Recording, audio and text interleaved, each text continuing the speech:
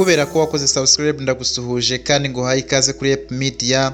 Niba nawe utarabikora ndagushimiye ko bikoze ubu. Ntabwo ari ikibazo kiremereye, nta nubwo ari bose, ariko abagore ndetse n'abakobwa bamwe ntago bazi uko babara iminsi y'ukwezi k'umugore. Ibi kandi bitandukanye nuko abantu bamwe babyumva, bumva ko nyine ibijyanye no kubara ukwezi k'umugore bireba abategarugori bonyine. Ibi ni ukwibeshya, kuko abagabo benshi bahura n'ingaruka zitandukanye zituruka ku kutamenya kubara ukwezi kw'abagore babo, kandi ugasanga nyine ingaruka z'ibyo barazisangiye bombi. Iyo tugeze kuri iyi ngingo hari abantu benshi biheza, kuko bamwe mu babyeyi birinda gusobanurira abana babo ibijyanye n'ubuzima bw'imyororokere, abandi bakabica ku ruhande, nyamara imbuto babibye zatangira kwera bakazisoroma bivovota. Uyu munsi turavuga ku nama zitandukanye z'uburyo umuntu uwo ari we wese, umutegarugori ufite kwitonda kandi agatega amatwi ndetse akikurikira imihindagurikire y'umubiri we, akabikora agendeye ku bimenyetso werekanye ndetse n'ingenzura ritoya mu rwego rwo koroshya ibitekerezo n'ingaruka zo guhura n'ibyo atigeze agiramo uruhare, kandi nyine nanone kugira ngo agire uruhare mu kuba yasama mu gihe yabishatse ndetse no kudasama mu gihe atabyiteguye. Turakurikiranya kandi tugenda intambwe ku yindi, tugaragaza mu mazina uburyo imihindagurikire mu minsi n'ibihe bitandukanye bigendeye ku miterere y'umutegarugori wese. Iki ni ikiganiro The Facts cya Ep Media, njye nitwa Tiyunsanze.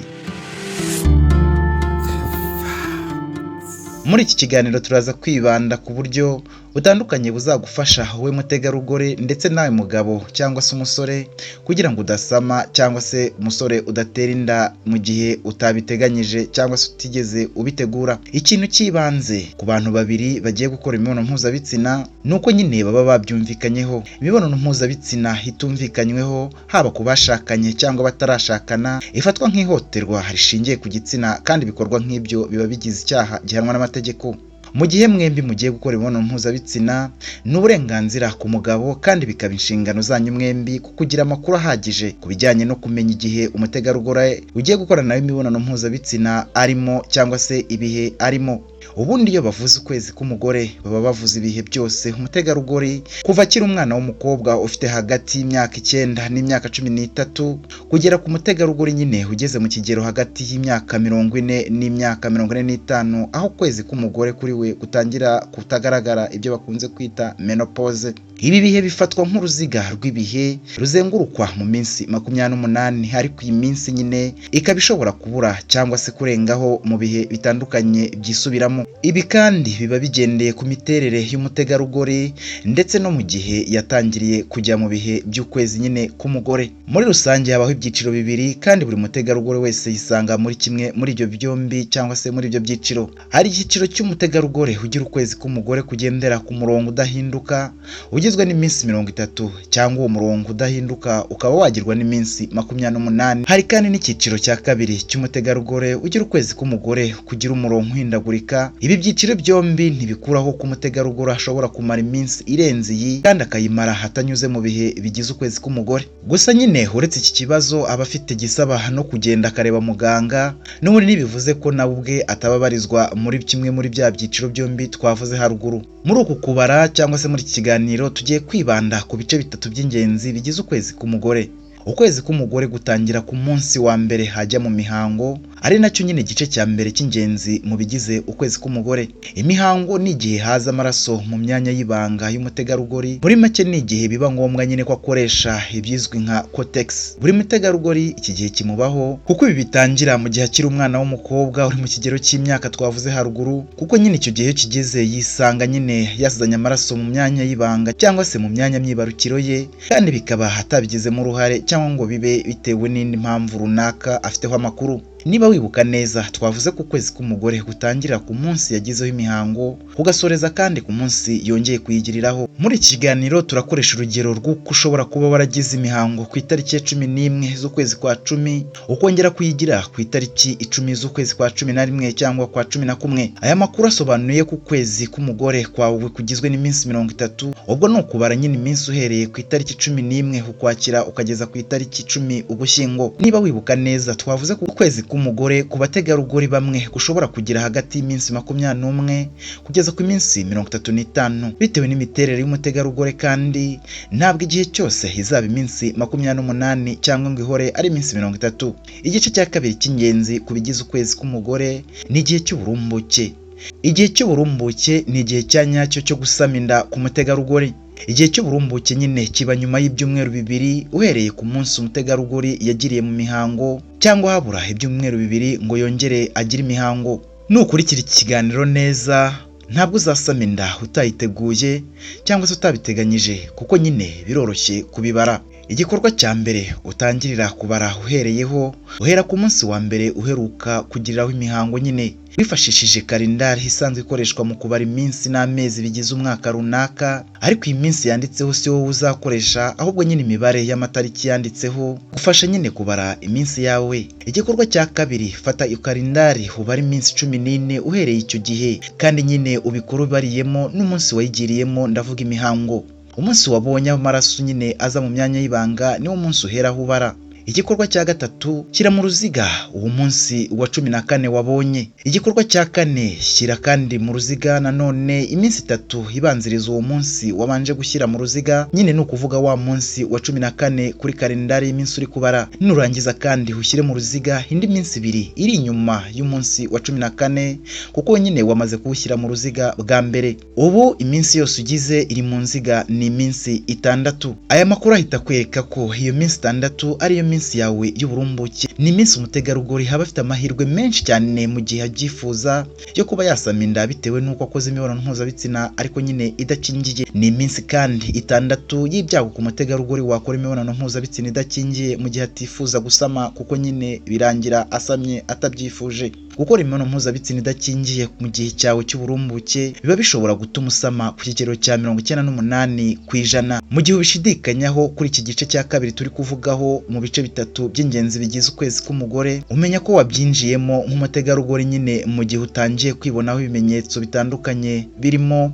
gutangira kumva ubabara umutwe bidakabije cyangwa se rimwe na rimwe bigakabya, kumva ubushyuhe bwinshi mu mubiri wawe, kumva wifitemo umunaniro ndetse n'ibitotsi byinshi, kumva wifuza gukora imibonano mpuzabitsina ku kigero kidasanzwe cyo hejuru cyane, uwumurirwa no kunukirwa biriyongera cyane, kumva ibintu byinshi ku kigero cyo hejuru, mbese muri make uba wumva ushaka kurya cyane kandi byinshi. Wumva kandi wagutse cyane ku ruhande rumwe rwa pelvis cyangwa nyine aho kuguru guhurira n'igice cyo hejuru. Harimo kandi kwiyongera kw'inda ku buryo ubona nyine habayeho impinduka nubwo bitaba bikabije. Ikindi kimenyetso ni ukumva mu myanya ndangagitsina hawe hiyongereye kandi yabyimbye mu buryo budasanzwe kandi nyine yorohereye cyane. Mu gihe ushaka kubimenya neza, ushobora gufata urutoki rwawe rumwe maze ukarwinjiza mu myanya yawe y'ibanga cyangwa se nyine mu gitsina. Nubikora uzumva habayeho kwaguka kandi hazabaho ururenda rudafite ibara rumeze nk'amatembabuzi y'igice cy'igira ibisi, ariko nyine yayandi aba hagati y'igishishwa cy'inyuma ndetse n'inyuma y'umuhondo w'imbere. Ibi rwose ntuzabifate nk'uburwayi, kuko nyine bitaba byakwangiza, ahubwo nyine biri mu bigize imiterere y'umutegarugori, kandi bikaba iyo ari mu gihe cy'uburumbuke byonyine, kandi nyine bikagira igihe cyabyo cyo kurangira. Rero si ngombwa kujya kwa muganga cyangwa se kureba muganga, kereka nyine mu gihe ubona cyangwa se mu gihe wumva ko ibiri kukubaho byakabije cyangwa se byarenze urugero usanzwe ubibonaho. Tugeze ku gice cya gatatu mu bice 3 bigize kwezi k'umugore. Iki gice kigizwe n'igice cyose kigizwe n'iminsi tutavuze mu bice 2 twabanje kuvugaho. Ni igice umutegarugori adashobora kugirwaho n'ingaruka zo gusama mu gihe yakoze imibonano mpuzabitsina idakingiye. Ni igice abantu bakunze kwita ibihe byiza, ariko rimwe na rimwe n'abandi bakacyita igihe cyangwa se ibihe by'ubwisanzure. Mu kubara iminsi y'ubwisanzure cyangwa se ibihe byiza mu gukora nyine imibonano mpuzabitsina idakingiye ku mutegarugori, turifashisha urugero twagendeho n'ubundi mu bice byabanje byo hejuru. Niba waragize imihango ku munsi wo ku itariki 11 Ukwakira cyangwa se ukwezi kwa 10, bivuze ko nyine iminsi 14 uhereye ku munsi wagireyeho imihango izagera ku munsi wo ku itariki 24, ni ukuvuga nyuma y'ibyumweru 2 uhereye ku itariki ya 11 nyine muri uko kwezi twavuze haruguru. Mu gihe ufite aya makuru, bivuze ko iminsi 3 mbere y'umunsi wo ku itariki 24 ni umunsi wo ku itariki 21, wo ku itariki 22 ndetse n'umunsi wo ku itariki 23. Nanone kandi iminsi 2 nyuma y'umunsi wa 14 nk'uko twabibaze mu gice cya kabiri mu bice 3 bigize ukwezi k'umugore, ubwo ni ku munsi wo ku itariki ya 25 n'uwo kuri tariki 26 yonyine. Iyi minsi kuva tariki 21 kugeza ku itariki 26 z'Ukwakira ni iminsi yo gusama inda, kuko ni iminsi 6 y'uburumbuke ugendeye ku rugero twakoresheje. Ibivuze ko iminsi yo kuva ku itariki 11 Ukwakira nk'umunsi wagiriyeho imihango nyine,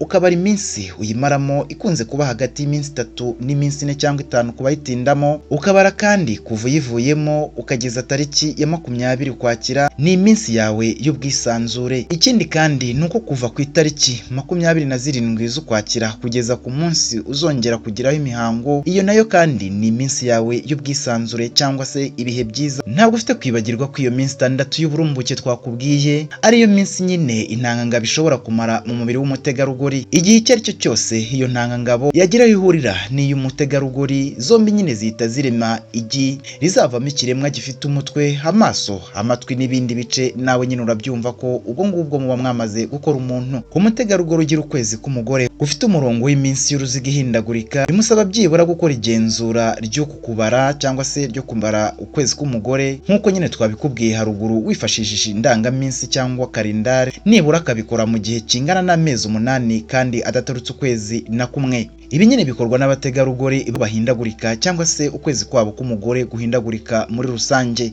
Ibi iyo umaze kubikora nibwo umenya ngo iminsi yawe y'ukwezi k'umugore iri hagati y'iyi n'iyi cyangwa se iri hagati y'iminsi ingana itya. Mu gihe uzatangira kumva uri kubabara umutwe kandi nta mpamvu uzi neza yaba yabiguteye, ujye wihutira kugenzura niba ukwezi k'umugore kwawe kutatangiye. Mu gihe nyine usanze ariko bimeze, ntabwo ari ngombwa rwose kwirukankira kwa muganga. Ushobora kunywa amazi menshi cyane, amata, ibinyobwa byifitemo marite n'ibindi bitandukanye kandi bitakugoye, aho kwirukankira kwa muganga, kuko burya ntabwo ari byiza ngo akabaye kose ujye wirukankira kugura imiti muri farumasi ku bintu nawe ubwawe ushobora kwikemurira. Icyo wazirikana ni uko kunywa ibinini byinshi ku mutegarugori atari amahitamo nyine kuri we meza habe na gato. Wenda ushobora kunywa ibitakanganye nka paracetamol n'ibindi bigabanya uburibwe ariko bidakabije cyangwa bitaremereye cyane. Muri iki kiganiro kandi turasubiza bamwe mu bibaza bati kuki havuka umuhungu, undi kandi nawe akibaza ati kuki havuka umukobwa. Niba uri umugabo cyangwa umusore, izi ni zimwe mu mpamvu nyinshi zikumvisha ko nawe ugomba kumenya kandi ugasobanukirwa ibijyanye no kubara ukwezi k'umugore. Mu magambo make, ntabwo cyari cyo kiganiro cy'uyu munsi, gusa nacyo gishamikiye nyine mu kumenya kubara ukwezi k'umugore, kandi bikaba ku mpande zombi hagati y'umugabo n'umugore cyangwa umusore n'umukobwa. Gusa icyo nakubwira, menya ko niba ushaka gusama inda ikavukamo umwana w'umukobwa, nyine ukora imibonano mpuzabitsina hagati mu minsi 3 ibanziriza umunsi wawe w'uburumbuke. Ku rugero twakoresheje haruguru, uriya mutegarugori aramutse ashaka kubyara umwana w'umukobwa, yakora imibonano mpuzabitsina idakingiye n'umugabo hagati yo ku itariki 21 kugeza tariki ya 23 z'Ukwakira. Menya kandi ko mu gihe yaba yifuza gusama inda izavamo umwana w'umuhungu, yakora imibonano mpuzabitsina ku munsi w'uburumbuke nyirizina, cyangwa se akaba yayikora mu minsi 2 nyuma y'umunsi w'uburumbuke. Nanone kandi ibi turabibara twifashishije urugero twakoresheje hejuru mu bice 3 by'ingenzi byifashishwa mu kubara ukwezi k'umugore kuzuye. Turwifashishije nyine ubwo uriya mutegarugori kugira ngo habyara umuhungu byamusaba gukora imibonano mpuzabitsina idakingiye ku itariki 24 Ukwakira, cyangwa se akaba yabikora hagati yo ku itariki 25 kugeza ku itariki 26 Ukwakira. Nicyo gihe rero ngo buri mugabo wese cyangwa buri musore atangire yumve ko atari ngombwa cyangwa se atari ibintu abujijwe. Ni uburenganzira bwe kandi ni inshingano ze buri wese kumenya kubara ukwezi k'umugore, kandi nyine ukamenya kubibara neza, kuko igihe cyose uzakora imibonano mpuzabitsina idakingiye, ingaruka nawe zizakugeraho. Ibi wiharira umugore cyangwa umukobwa, ahubwo twese nyine biba bitureba. Niba hari ikibazo ushaka kumenya kubirenzeho, bitubaze muri komenti, turagusubiza cyangwa tuzagusubiza kandi bidatinze mu kiganiro cyacu kizakurikira. Ni hano dusoreje ikiganiro cy'uyu munsi. Kubera ko wakoze subscribe ndagushimiye, kandi nawe ikanze ubu urakoze cyane. Iki ni ikiganiro The Facts cya Yep Media, njye nitwa Tim Sanze. Ciao ciao, nakagaruka.